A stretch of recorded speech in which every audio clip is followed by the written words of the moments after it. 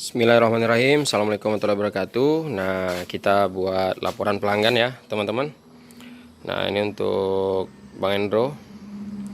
Nah, ini untuk mobilnya itu mobil Avanza ya, 1,3 VVTi Toyota ya.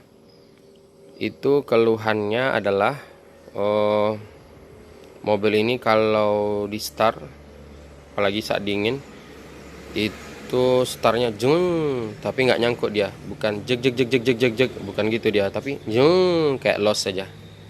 Nah, keluarnya itu kemudian kita analisa, simpulkan keluhannya, dan kita analisa itu penyebabnya ada di starter clutch ya, atau kopling starter ini.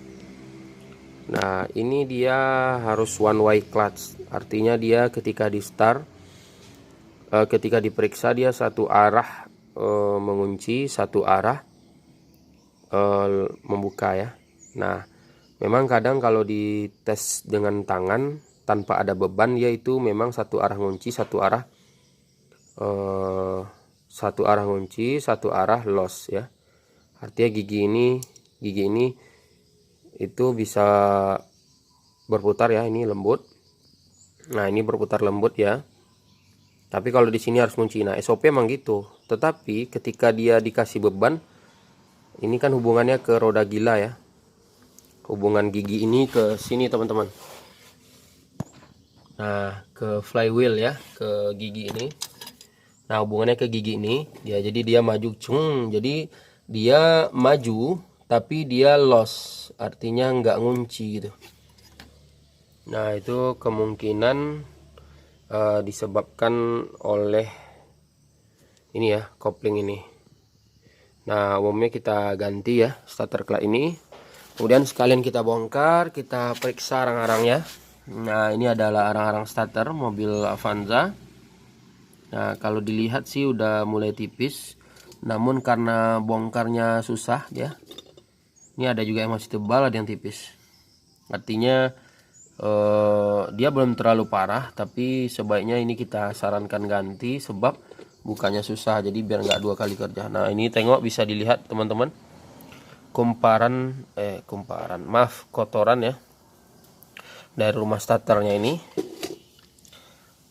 Nah, ini dipasangkan di sini ya, yang starter clutch ini dipasangkan di sini. Nah, itulah yang menyebabkan mobil starternya loss. Starternya berputar tapi tidak menggerakkan flywheel. Jadi mesti 2-3 kali coba baru dia nyangkut. Oke, kemudian karena bukanya melalui jalur atas ya. Nah, kita buka intake. Nah, kita dapatilah intake-nya nih, mobilnya Bang Endro nih kotor sangat ya. Tuh, bisa dilihat. Nah, itu. Nah, ini intake ya. Ini intake mobil Avanza ya. Kotorannya sangat banyak ini. Kotorannya pun udah mulai mengeras nih. Nih, teman-teman. Nah, nih. Ini untuk laporan ke Bang Endro juga, sekalian untuk teman edukasi juga ya. Nah, ini udah seperti ini kotorannya, maka kita harus bersihkan karena mumpung lagi buka starter. Kemudian throttle bodinya juga nih udah sangat kotor sekali. Kita tembak pakai carbo cleaner atau injector cleaner nanti. Nih kotor. Nah, yang paling harus kita kerjakan sebenarnya ini nih. Itu intake-nya ini. Nah, ini adalah jalur masuk nomor 1, nomor 2, nomor 3, nomor 4. Ya, karena ada 4 piston. Nah, bisa kita lihat kondisi di dalamnya itu. Nah, ini laporan juga untuk Bang Hendro nih, Bang. Sangat kotor sekali, Bang. Nah, ini menyebabkan itu mobil tidak bertenaga, mobil banting klep, kemudian minyak boros. Nah, ini kalau kita lihat misalkan ini nomor 1 ya. Nah, ini nomor 1. Ini nomor 2. Ini nomor 3, ini nomor 4.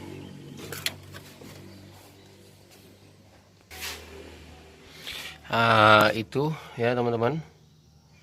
Nah, inilah kondisi daripada port intake ya. Ini bisa kita lihat ya. Nah, itu sangat kotor sekali. Nah, artinya kalau mobil ini hanya di tune up biasa saja, maksudnya tune up ringan, kita ganti busi, ganti oli, itu juga tidak akan merubah tenaganya secara signifikan.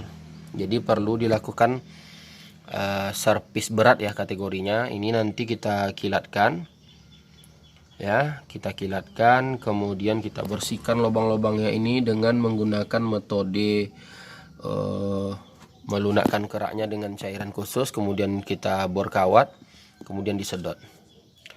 Dan kalau masih terkejar nanti waktunya, kita buka busi ya, kemudian kita masukkan cairan untuk membersihkan karbon di atas busi.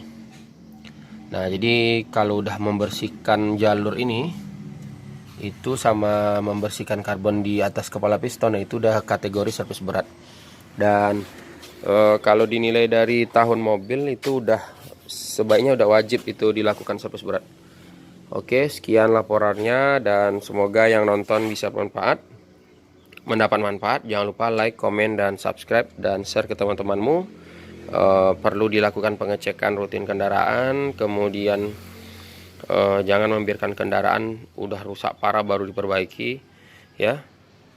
Jadi servis itu servis berkala ya, dicek semua, itu gunanya untuk mencegah biaya yang timbul itu lebih mahal ke depannya, dan juga menghindari kayak problem-problem di jalan.